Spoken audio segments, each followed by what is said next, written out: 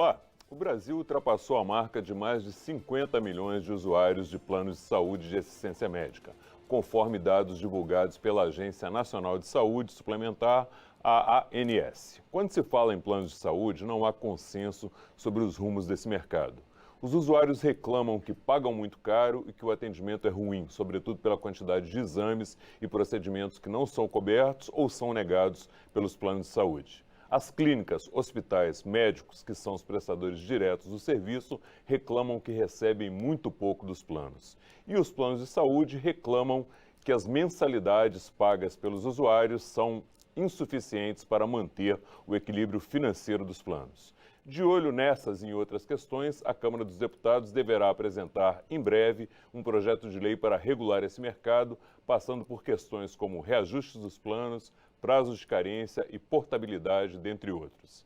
E para conversar sobre esse assunto, eu recebo os deputados Duarte Júnior, do PSB do Maranhão, que é o relator do projeto de lei 7.419, de 2006, que trata desse assunto, e o deputado Mário Eringer, do PDT de Minas Gerais, que integra a Comissão de Saúde aqui da Câmara. Eu sou Fernando Gomes e este é o Câmara Debate. Deputados, sejam muito bem-vindos, muito obrigado por terem aceitado aí o nosso convite para conversar sobre esse importante assunto. E eu faço uma pergunta geral. A gente abriu dizendo que todo mundo reclama do sistema do nosso plano de saúde. Quem é que está com a razão e quem é que está errado? Começa pelo senhor. Quem reclama está com razão. Está com razão porque, de fato, o serviço ele é precário, é de péssima qualidade.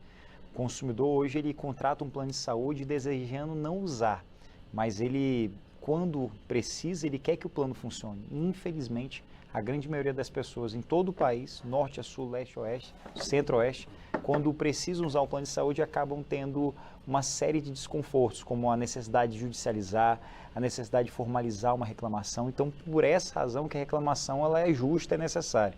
O que a gente quer é que o setor tenha sustentabilidade, é garantir mais qualidade na prestação de serviço, é mais transparência, para que as pessoas saibam o que está contratando, por que está pagando, por que houve um aumento, em razão do que esse aumento ele foi realizado, coisas que hoje não acontecem com o serviço de saúde suplementar.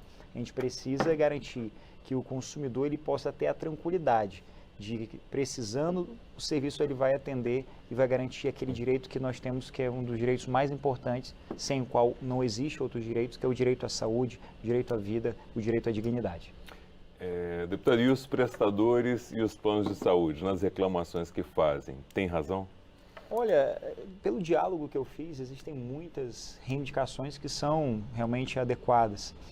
O setor precisa ter mais segurança e, às vezes, muitas dessas reclamações, elas são originadas na falta de informação. Por exemplo, havia um temor quanto àquilo que nós vamos trazer no nosso relatório. Quando a gente dialoga com o setor, e eu me refiro aos prestadores de serviço, aos operadores de plano de saúde, os investidores, todos, absolutamente todos eles, já pude receber em audiências públicas, pude receber em nosso gabinete, rodei todas as regiões do país, com audiências públicas na região sudeste, no Rio de Janeiro, em São Paulo, na região norte, em Manaus, na região sul, em Porto Alegre, aqui na região centro-oeste, em Brasília, com dezenas de reuniões, de audiências, na região nordeste, em Recife e também em São Luís, a minha cidade, no estado do Maranhão. E todas essas reivindicações, quando nós sentávamos para poder conversar, os prestadores, o setor, acabava percebendo que toda aquela preocupação não era tão necessária assim. Por isso que o diálogo ele é fundamental para aproximar as partes e que a gente possa juntos dar uma resposta. Pior do que está, não pode ficar. E se a gente nada fizer, vai ser ruim sim para o setor, vai ser ruim para o consumidor e a gente precisa dar uma resposta enquanto Congresso Nacional, enquanto Câmara. Esse projeto tramita aqui na Casa há incríveis 17 anos. É preciso atualizar a lei de plano de saúde, é preciso atualizar a lei da ANS, é preciso atualizar a lei do SUS, inclusive como um dos pontos fundamentais que já adianto aqui no nosso relatório, que diz respeito ao prontuário único. Não é adequado que o cidadão ele vá no hospital público, faça um procedimento, por exemplo, uma tomografia, e quando vá no hospital particular ele tem que repetir esse exame porque não há uma informação, não tem um prontuário único com arquivos onde possa saber tudo aquilo que aquele cidadão fez, desde vacina, quanto a exames, quanto a atendimento, quem atendeu e por que atendeu. Deputado, qual a sua opinião de todo mundo que está reclamando? Quem tem razão, quem não tem razão? Casa que falta pão, todo mundo esperneia e ninguém tem razão. A situação dos planos de saúde é uma situação que tem que ser discutida, é por isso que ele está desde 2006 aí, tem que ser completamente diferente a discussão sobre o plano de saúde. Nós temos que entender que o plano de saúde não é o vilão dessa coisa. A primeira coisa é dizer, o plano de saúde é o vilão, está caro, atende mal. Me diz se o SUS está barato e se atende igual. Não atende. O efetivamente gasto por o plano de saúde para atender 50 milhões é 4 vezes maior do que o orçamento do SUS para atender 160 milhões de pessoas. Então, você olha que o SUS não está nessas condições. O plano de saúde, na verdade, não é nenhum bonzinho. Também vim aqui para defender o plano de saúde, mas não é com esse o plano de saúde é o grande culpado. Em 2021, a Agência Nacional de Saúde Suplementar apresentou um aumento negativo de, se eu não me engano, 15%. Foi isso. Eu não vi ninguém espernear quando abaixa. Mas quando sobe, todo mundo esperneia. A medicina é cara. Eu sou prestador de serviço médico, eu sou médico, e a coisa que tem que ser conversada e entendida é que isso é uma dinâmica muito maior. Primeiro, quando foi criado no governo do Fernando Henrique as agências, a ideia das agências era fazer uma relação de integração entre os players do negócio, que eram os tomadores de serviço dos planos de saúde, os prestadores de serviço, que eram os médicos e hospitais, e os patrocinadores do serviço, que eram as empresas e também as pessoas físicas. Então o dinheiro saía daqui, batia aqui no meio do campo, nos planos de saúde, e era repassado aqui para o prestador de serviço. Era um caminho de 3 pernas. A evolução do processo, a negligência do processo, ou erros da estratégia, o dinheiro saía daqui para chegar aqui. O dinheiro saía daqui. Aconteceu que o dinheiro passou a sair daqui para chegar aqui. Esse custo, essa estrada que o dinheiro percorre para pagar a saúde suplementar, é muito longa hoje. O dinheiro sai da mão Aí a pessoa esquece essas 2 pernas e continua falando de plano de saúde. Tem aqui no meio a corretagem, que não sofre risco nenhum. Tem aqui no meio as administradoras de plano de saúde, que não correm risco nenhum. E o dinheiro, quando chega aqui, onde há o risco, onde há o sinistro, e esse aqui é o prestador, o dinheiro já chega a pouco. Então, esse aqui acha muito, esse aqui acha pouco. Por quê? Porque esse aqui, nos finalmente, alguma coisa está sendo tirada nesse caminho do objetivo principal, que é a prestação do serviço médico. Então, o plano de saúde não é esse. Você vê a Unimed. Se você acabar com as Unimedes do Brasil hoje, é um negócio de maluco.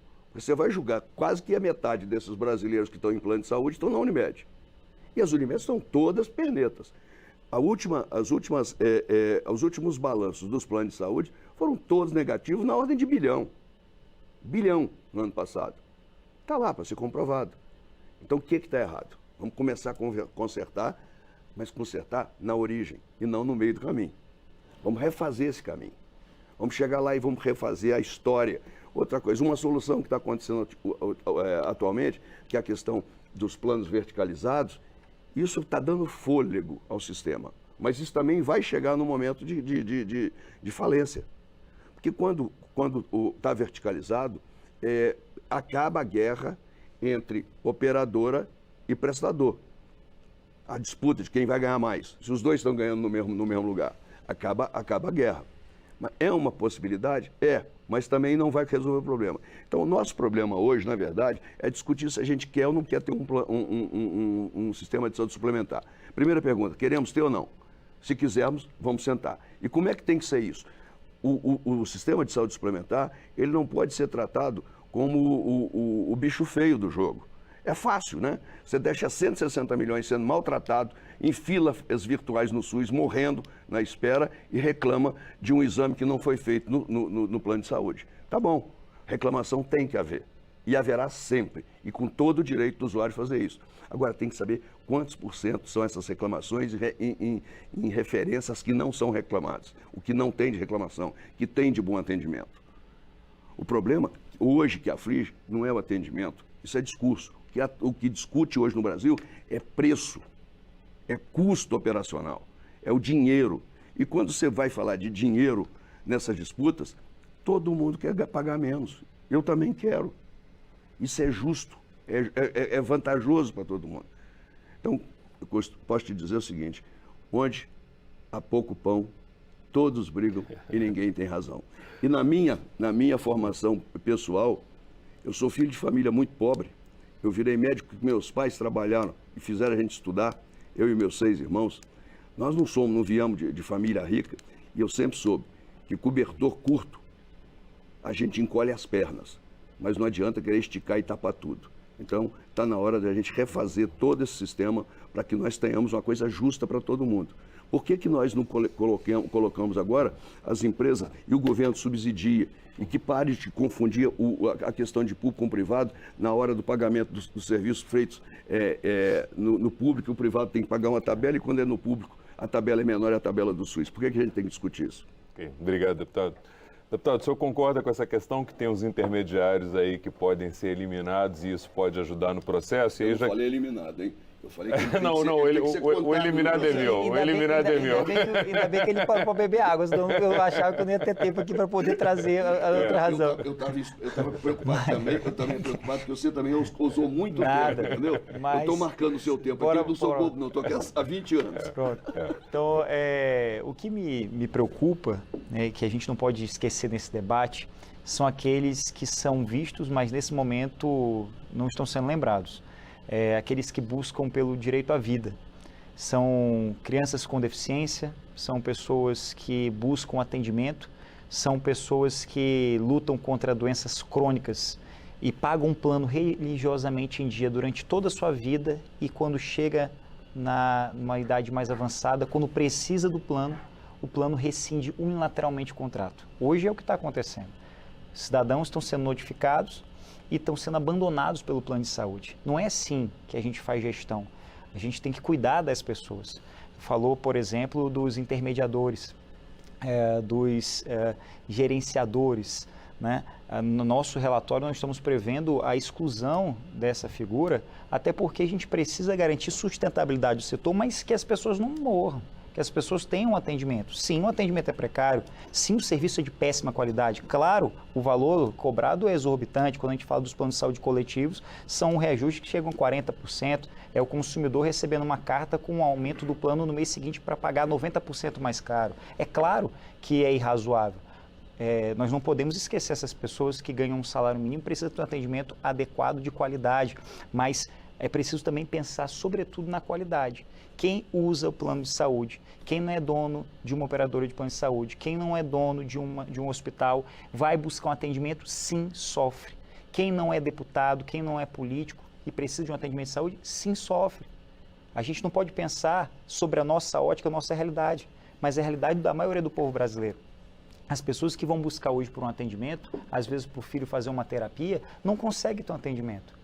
Às vezes pagam um plano de saúde e ainda assim tem que fazer através de um atendimento pago diretamente, particular, sem o convênio. Então, a gente precisa garantir, repito pela 4ª vez, sustentabilidade ao setor, mas sem esquecer os consumidores. Aqui nessa casa, na década de 80, quando foi debatido a elaboração do Código de Defesa do Consumidor, a Lei 8.078, de 11 de setembro de 1990, haviam 2 movimentos. Movimento mais progressista, que defendia a existência de um código de defesa do consumidor para equilibrar as relações, não sobrepor um polo em detrimento do outro, mas equilibrar as relações. E havia um outro movimento, um movimento mais liberal, que afirmava que se o Código de Defesa do Consumidor se tornasse lei, as empresas iriam falir, iriam quebrar. De 90 para cá, nenhuma empresa faliu ou quebrou porque cumpriu o Código de Defesa do Consumidor. Faliu, quebrou quando atendeu mal o consumidor. Então é importante nós darmos as mãos, apesar das diferenças, de pensar diferente, mas perceber que nós só vamos conseguir avançar se debatermos. Nós não podemos fazer mais grupos de debate e adiar esse debate por mais de 10 anos. A gente precisa avançar. Não vai ser 100% do jeito que eu quero, não vai ser 100% do jeito que Vossa Excelência quer, mas abrindo mão aqui, acolá, a gente consegue equilibrar essa relação e impedir, por exemplo, algo que eu gostaria até de fazer esse questionamento. É justo a rescisão lateral do contrato? Você que está em casa acompanhando, que tem um plano de saúde e por algum acaso recebeu uma notificação onde o plano não te dá alternativa, simplesmente te expulsa, eu não te quero mais porque você tem deficiência, eu não te quero mais porque você é idoso, eu não te quero mais porque você está com câncer e é caro para o plano. Será que é justo a rescisão unilateral do contrato? É isso que a gente vai colocar, nós vamos proibir a rescisão unilateral do contrato. Nós não podemos deixar o consumidor órfão. Tem que dar ao consumidor a oportunidade de portar, de mudar para outro plano, sem que ele fique sem assistência. Perfeito. Deputado, eu queria pegar um gancho nesse ponto, queria que o senhor comentasse, queria trazer outro ponto aqui também. A gente sabe hoje que os idosos com 60 a 65 anos, embora eles não sejam proibidos pela lei, os planos não estão proibidos de não aceitá-los. Proibido de proibir. Proibidos de não aceitá-los, mas os planos criam justificativas técnicas, criam desculpas e acabam não aceitando essas pessoas. Elas não conseguem ser atendidas depois de uma certa idade. O ponto que o deputado comentou, e esse ponto, como é que o senhor acha, por onde passa a solução? Não, na verdade é o seguinte, aqui não tem do jeito que eu quero e do jeito que ele quer, pelo menos na minha concepção. Aqui eu tenho o melhor jeito para todo mundo, sem estigma. Sem essa coisa de botar a abóbora pendurada no pescoço de um culpado só. Se você não fizer uma revisão do processo toda, é claro que está errado. E, naturalmente, a tal da rescisão imotivada, a rescisão unilateral, está errado em qualquer pronto. E não sou eu que vou defender isso aqui. E o plano de saúde que estiver fazendo isso tem que ser punido. E para isso existe a Agência Nacional de Saúde Suplementar. Ela está ali para punir os desvios de conduta, os desvios de atendimento. Então, aliás, eu não sei por que existe a Agência Nacional de Saúde Suplementar se ela não cuidou do segmento da maneira que tinha que cuidar, porque, na verdade, hoje a Agência Nacional de Saúde Suplementar, já lá, a partir dos anos, foi 90, se eu não me engano, que ano que foi a 8666 das agências? Eu não me lembro, mas foi lá no Fernando Henrique. 98. 98. Quando aconteceu isso, ali era para tratar dos players. E virou um PROCON. Desculpa, a agência é um PROCON. Redunda a função do PROCON. O PROCON é um grande avanço na nossa legislação de proteção ao consumidor. E a agência vem fazer esse papel. E isso hoje reflete há muitos anos. Não é desse presidente que está agora, dessa agência que está hoje. Mas é isso que aconteceu. Mas voltemos aqui. É claro que é imoral. Mas também o deputado Duarte também conhece o outro lado da fraude. Do mesmo jeito que o sujeito faz a rescisão imotivada, tem clínicas de atendimento infantil pagando plano de saúde de crianças com determinados tipos de problema. Para quê? Para atendê-las. Isso foi denúncia, estava nos jornais um dia desse. O que significa isso? Ela paga para uma criança R$130 e aí o mutualismo vai para o saco. O acordo entre gerações vai para o saco, como na Previdência vai. Ele paga 100 e poucos por mês e cobra um tratamento de determinada doença, eu não vou falar nome aqui, que eu não quero estigmatizar nenhuma das pessoas, das pessoas que necessitam disso, cobra 30 mil pelo tratamento. A Agência Nacional, a Anvisa, libera sem pé nem cabeça um remédio que chama Solgema. É mais ou menos esse o nome, é isso? Custa 7 milhões a dose. Quem é que vai pagar 7 milhões se isso não compuser os preços? O rol de atendimentos médicos foi expandido de uma maneira imensa e não houve cálculo atuarial para refazer esses números. Então, não é o plano de saúde o vilão. Os vilões são a conjuntura que se faz em torno do plano de saúde. Nós temos agora, na hora que sair definitivamente o aumento do salário dos enfermeiros e dos técnicos de enfermagem, que eu votei a favor, isso vai impactar nos prestadores. Mas os prestadores vão cobrar isso do plano de saúde. E o plano de saúde vai cobrar de quem? É do usuário. E essa questão que o plano de saúde não sofre reajuste, que os reajustes de pessoa física, por isso que a maioria deles não fazem hoje captação de pessoa física. Por quê? Porque os reajustes são tutelados em relação aos reajustes dos empresariais. Os empresariais são pagos pelos empresários. Se os empresários desistirem, aí sim. Mas o usuário ali, ele não sofre quando aumenta. Quem sofre é o empresário que paga. Tudo bem, ele para de pagar. Aí todo mundo fica sem. Então tem que saber que essas coisas precisam ser feitas com muito mais critério, porque do jeito que apresenta as coisas, fica parecendo que o hospital não vale nada, presta uma péssima qualidade de saúde, os planos de saúde são todos ladrões, e o santo é o usuário. Ele tem direito de fazer. Mas nós estamos num país que a gente precisa de aprender que a gente não pode e não tem condição de dar tudo. Nós temos um país com 70 milhões de desempregados. Nós temos um país com todo mundo no SPC. Como é que esse pessoal que não tem para comer vai pagar plano de saúde? E se quer ter plano de saúde, como é que ele vai fazer? Eu tenho proposta porque amplia o plano de saúde para todo mundo. Por que o governo brasileiro não subsidia plano de saúde para as empresas que derem para os seus funcionários todos? Senhores, o programa já está caminhando para o final. 2 minutos aí para as considerações finais de cada um. Começa pelo senhor, deputado, por favor. O que nós estamos buscando é um atendimento de qualidade ao consumidor. É garantir que o consumidor que paga caro por um serviço de saúde suplementar, ele possa ter acesso a esse serviço. É adequado que existam reajustes, mas o consumidor precisa ter acesso à fórmula de cálculo, à transparência. Por que esse aumento está sendo repassado ao consumidor? Nós estamos apresentando um relatório e contamos com o apoio de todos os cidadãos brasileiros para que nós possamos impedir a rescisão unilateral do contrato. Isso é claro que é uma cláusula abusiva, logo nula de pleno direito. Garantir fórmulas de cálculo transparentes para que o reajuste seja proporcional e o consumidor possa se programar e entender também que aos planos de autogestão se faz necessário a aplicação do Código de Defesa do Consumidor para que órgãos como o PROCON, Ministério Público, Defensoria Pública possam fiscalizar e garantir mais qualidade na prestação de serviço. Só a ANS não vai conseguir resolver o problema. É importante também garantir a atualização da lei da ANS para que os prestadores de serviços também possam ser fiscalizados pela agência reguladora. Hoje não são. Foi muito bem falado aqui pelo deputado que existem aqueles consumidores que podem, de algum modo, tentar fraudar ou gerar algum prejuízo, né, às operadoras de plano de saúde. Mas se esqueceu, por exemplo, daqueles profissionais das empresas que emitem solicitações de atendimento que na prática não existem, que solicitam exames que na prática não foi utilizado. Obrigado, a gente precisa deputado. Garantir transparência, a gente precisa garantir qualidade e não tenham dúvida que a gente vai lutar aqui com muita firmeza, mas sem perder a terra no olhar para garantir que o direito do consumidor possa ser respeitado. Obrigado, deputado. Deputado, suas considerações finais, por favor. Bem, eu não vim sentar nessa mesa aqui para ser contra qualquer mudança e qualquer melhoria que possa ocorrer para as pessoas do meu país, para os usuários de plano de saúde.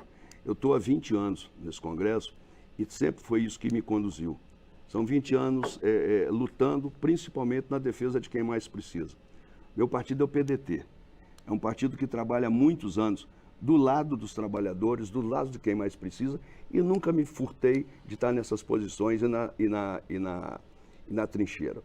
O que acontece hoje com relação ao plano de saúde é que nós temos que parar de discutir com estigma. Nós temos que começar a discutir com ideias. Nós temos que começar a ver onde que está o cerne do problema.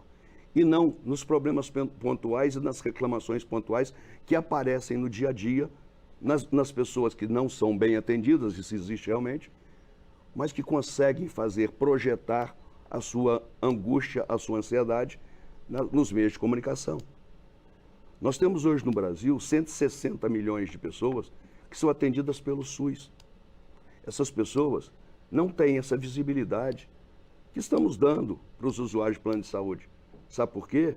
Porque elas estão esquecidas no Brasil e ninguém tem coragem de falar para o Brasil que o Brasil tem que pagar esse direito constitucional para todo mundo. É um direito constitucional. Está lá que a saúde é direito de todos e dever do Estado. E se criou-se um sistema suplementar, que esse sistema suplementar seja efetivamente suplementar. Para concluir, deputado, por favor. Meu tempo passou tão rápido. É isso aí, moçada. É só isso. Não estou contra coisas boas para o Brasil. Muito obrigado. Senhores, muito obrigado por terem participado aqui, por terem debatido com a gente, que é a essência dessa casa, debater.